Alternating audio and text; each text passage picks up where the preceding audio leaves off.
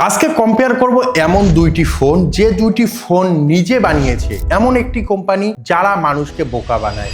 Literally তাদের যে customer রয়েছে সেই কাস্টমারকে তারা বোকা বানানোর জন্য সবসময় রেডি থাকে। এবং এটা কোন কোম্পানি প্রত্যেকেই জানো, ভিভো। ভিভো তাদের কাস্টমারদের এমন করে বোকা বানাচ্ছে যে কাস্টমাররা বোকা সাজছে এবং তারা কিন্তু সচরাচর তাদের মোবাইলগুলোই কিনছে। অর্থাৎ ভিভো টি সিরিজ এবং ওয়াই সিরিজের ফোন যখনই লঞ্চ করে তারা কিন্তু কাস্টমারকে বোকা বানানোর জন্যই লঞ্চ করে। তারা সবার প্রথম ওয়াই সিরিজের ফোন লঞ্চ করে এবং তারপরে টি সিরিজের ফোন লঞ্চ করে। একই মোবাইল লঞ্চ করা হয় একই ডিজাইনের সঙ্গে, শুধুমাত্র কালার আলাদা করে দিয়ে, নাম আলাদা করে দিয়ে নামের খেলা খেলা হয় এবং তার সঙ্গে খেলা হয় দামের খেলা। তো আজকে যে দুইটি মোবাইলের কথা বলছি সেই দুইটি মোবাইল হলো ভিভো T5X 5G এবং তার সঙ্গে সঙ্গে ভিভোর নতুন লঞ্চ হওয়া Vivo Y51 Pro 5G। Y51 Pro 5G 11 তারিখে লঞ্চ হয়েছে অর্থাৎ মার্চ মাসের, এবং ভিভো T5X 5Gটি 17 তারিখে লঞ্চ হতে চলেছে এই মাসেরই অর্থাৎ মার্চ মাসেরই। তো এইখানে ইন্টারেস্টিং ব্যাপার কি জানেন, এর দামের মধ্যে। কেন বলছি, কারণ ওয়াই সিরিজের যে ফোনটি লঞ্চ করা হয়েছে সেইখানে দাম রাখা হয়েছে 25 থেকে 28,000 টাকা এবং টি সিরিজের যে ফোনটি লঞ্চ হবে তার দাম রাখা হবে মাত্র 17 থেকে 20,000 টাকার মধ্যে। তো দামের মধ্যে এত পার্থক্য করেছে এবং সব থেকে বড় পার্থক্য কি করেছে জানেন, যে 20,000 টাকার মোবাইলটা রয়েছে সেইখানে ফিচার্স বেশি দিয়েছে, 25 থেকে 28,000 টাকার মোবাইল সেইখানে কিন্তু ফিচার্স কম দিয়েছে। একদম হাস্যকর একটা জিনিস করে ভিভো প্রত্যেকবারই এবং সেটা এইবারও করেছে। তো কি কি কম বেশি করেছে সেটাই দেখবো এই ভিডিওতে, তাই ভিডিওটিকে প্রথম থেকে শুরু করে শেষ পর্যন্ত দেখতে হবে। ভালো লাগলে চ্যানেলটিকে সাবস্ক্রাইব করতে হবে।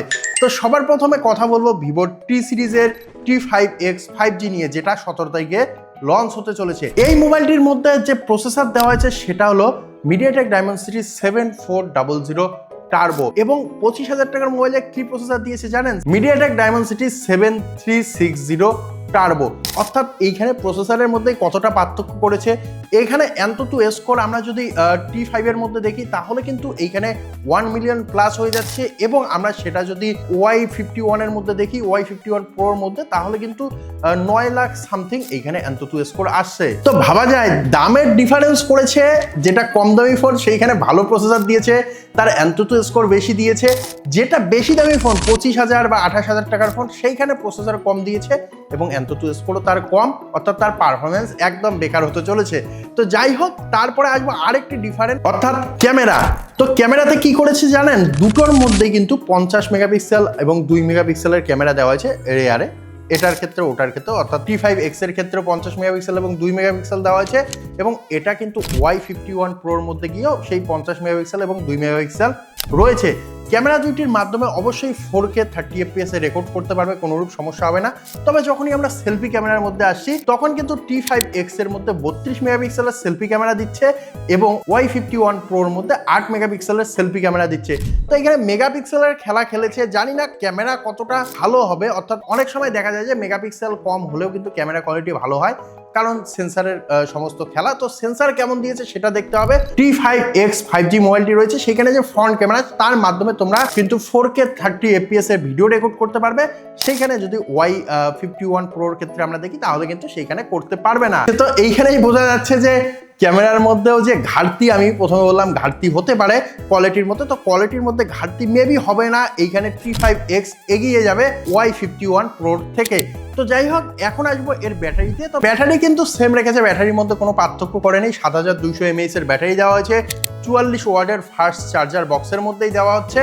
তো এইখানে বাইপাস চার্জিংও তোমরা সাপোর্ট পাবে। তো এইখানে কিন্তু ব্যাটারির মধ্যে দুটোর মধ্যেই সেম ব্যাটারি রেখেছে, সেম ফিচার্স রেখেছে। তার সঙ্গে সঙ্গে চলে আসবো ডিসপ্লেতে। ডিসপ্লেও কিন্তু সেম রেখেছে, ডিসপ্লের মধ্যে পার্থক্য করেনি। অর্থাৎ 6.75 ইঞ্চের একটি ফুল HD প্লাস LCD প্যানেল দেওয়া হয়েছে এবং এইখানে কিন্তু 120 হার্জের হাই রিফ্রেশ রেট, তার সঙ্গে সঙ্গে 1250 নিটসের পিক ব্রাইটনেস দেওয়া হয়েছে। দুটোর ক্ষেত্রেই কিন্তু সেম রাখা হয়েছে, এখানে কিন্তু কোনো রকমের কোনো পার্থক্য করা হয়নি। তার সঙ্গে সঙ্গে আরও একটি জিনিস সেম রেখেছে, যেটা হলো ডুয়েল স্টেরিও স্পিকার 400% ভলিউমের সঙ্গে, দুটোর মধ্যেই সেম রয়েছে। এবং এইখানে প্রোটেকশনেও যদি আমরা দেখি তাহলেও সেম রেখেছে, IP68 69 দুটি মোবাইলের ক্ষেত্রেই রেখেছে। মিলিটারি গ্রেড সার্টিফাইড ফোন দেওয়া হয়েছে দুটি। তার সঙ্গে সঙ্গে প্রোটেকশনের দিকে যদি আমরা লক্ষ্য করি আরও একটি জিনিস, যেমন সাইড মাউন্টেড ফিঙ্গারপ্রিন্ট সেন্সার, অর্থাৎ দুটোর ক্ষেত্রেই সেম দেওয়া আছে। তবে এইখানে একটি জিনিস ভাবার বিষয়, যে আমরা 18 থেকে 20,000 বা 25 থেকে 28,000 টাকা দিয়ে একটি মোবাইল কিনবো, সেখানে এখনো সেই বাবা আতমের যুগের সাইড মাউন্টেন ফিঙ্গারপ্রিন্ট সেন্সার দিচ্ছে, এটা কিন্তু কোনোভাবেই মেনে নেওয়া যায় না। তো যাই হোক, সাইড মাউন্টেন ফিঙ্গারপ্রিন্ট সেন্সার দিয়েছে যেহেতু আমরা ভিভোকে ভালোবাসি, আমাদের নিতেই হবে। এই দুইটি মোবাইলই অ্যান্ড্রয়েড 16 এর উপর রান করবে, লেটেস্ট অ্যান্ড্রয়েড এবং অরিজিন ওএস এর উপর রান করবে, অর্থাৎ দুটো মোবাইলের ক্ষেত্রেই সেম রাখা হয়েছে। এবং পার্থক্য কোথায় করেছেন জানেন? এইখানে কালারে পার্থক্য করেছে, ডিজাইন সেম রেখেছে তো কি হয়েছে, কালার তো ভাই আলাদা, আলাদা কালার হলেই, আলাদা নাম হলেই আলাদা মোবাইল হয়ে গেল। তো এইখানে কিন্তু আমরা যদি ভিভো T5X এ দেখি তাহলে ফাইবার গ্রিন এবং স্টার সিলভার দুইটি কালার রাখা হয়েছে। Y51 Pro এর ক্ষেত্রে দেখি তাহলে এইখানে ফেস্টিভ রেড এবং নোবেল গোল্ড এই দুইটি কালার রাখা হয়েছে। এবং এইখানে কিন্তু আমরা আরেকটি জিনিস লক্ষ্য করেছি, যেটা হলো র্যাম এবং এর স্টোরেজ। তো এখানে স্টোরেজ সেম রেখেছে, 128 জিবি 256 জিবি রেখেছে, এবং স্টোরেজ টাইপ 3.1 অর্থাৎ UFS 3.1ই রেখেছে, এবং র্যামের ক্ষেত্রেও LPDDR4X র্যামই রেখেছে। তবে এইখানে যদি তোমরা Y51 Pro নাও তো সেই ক্ষেত্রে তোমরা একটি মাত্র র্যাম ভেরিয়েন্ট পাবে, যেটি হলো 8 জিবি। তবে যদি তোমরা T5X এর দিকে যাও তাহলে তোমরা দুইটি অপশন পাবে, 6 জিবি এবং 8 জিবি। তো এইখানে বেশি অপশন রেখেছে। তো এই যে মোবাইল দুইটি নিয়ে আমরা আলোচনা করলাম, এই দুইটি মোবাইল নিয়ে আলোচনা করার যে মেন কারণ সেটা হলো ভাই একই কোম্পানি, একই ডিজাইন, সমস্ত কিছু একই, তবে একটা কম দামে বেশি ফিচার্স দিচ্ছে এবং একটা বেশি দামে কম ফিচার্স দিচ্ছে। এটা সাধারণত মানুষকে বোকা বানানো। কেননা এই দামের মধ্যে অর্থাৎ 25 থেকে 26-27 হাজার টাকার মধ্যে একটি মোবাইল আমরা কিনবো যেখানে ইন ডিসপ্লে ফিঙ্গারপ্রিন্ট সেন্সার নেই, কোয়াড কার্ভ ডিসপ্লে নেই, 44 ওয়াটের চার্জার দিয়েছে, যেখানে বড় চার্জার দেওয়া উচিত যেহেতু ব্যাটারি বড় দিচ্ছে, তার সঙ্গে সঙ্গে ডিজাইন মাত্র দুইটি বা কালার মাত্র দুইটি দিয়েছে, র্যাম ভেরিয়েন্ট একটি দিয়েছে। এইখানে কিন্তু মানুষকে চাপে ফেলে মোবাইলগুলো কেনানো হচ্ছে ভিভোর তরফ থেকে। তো আমার পার্সোনালি মনে হচ্ছে যারা যারা ভিভোকে ভালোবাসে তারা দোষ করে ফেলেছে, তারা ভুল করে ফেলেছে ভিভোকে ভালোবেসে। কারণ ভিভোকে ভালোবাসার কারণে তারা কিন্তু তাদের উপর এই সমস্ত মোবাইলগুলোকে চাপিয়ে দিচ্ছে, এবং সব থেকে খারাপ জিনিস যেটা, কম দামে বেশি ফিচার্স দিচ্ছে এবং বেশি দামে কম ফিচার্স দিয়ে তারা মানুষকে বোকা বানানোর চেষ্টা করছে।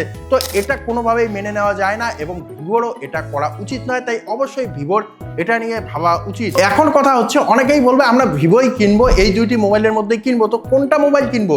তো এইখানে কিন্তু নো ডাউট তোমরা ভিভো T5X 5Gর দিকে যাবে, কারণ এইখানে সমস্ত ফিচার্স সমস্ত কিছু ভালো ভালো দেওয়া হয়েছে। Y51 Pro থেকে শুধুমাত্র প্রো নাম দেখে কেউ কিনবে না।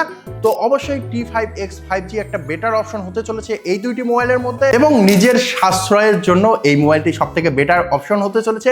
কারণ 18 থেকে 20 হাজার টাকা আর 25 থেকে 28 হাজার টাকা সেটা সবাই বোঝে, সবাই কিন্তু বুঝতে পারে। তো সেই জন্য অবশ্যই যারা যারা মোবাইল কিনতে চান এই দুইটি মোবাইলের মধ্যে অবশ্যই T5X এর দিকে যান, এবং অবশ্যই আমাদের চ্যানেলটিকেও সাবস্ক্রাইব করুন এইরকম আপডেটগুলো সবার আগে পাওয়ার জন্য।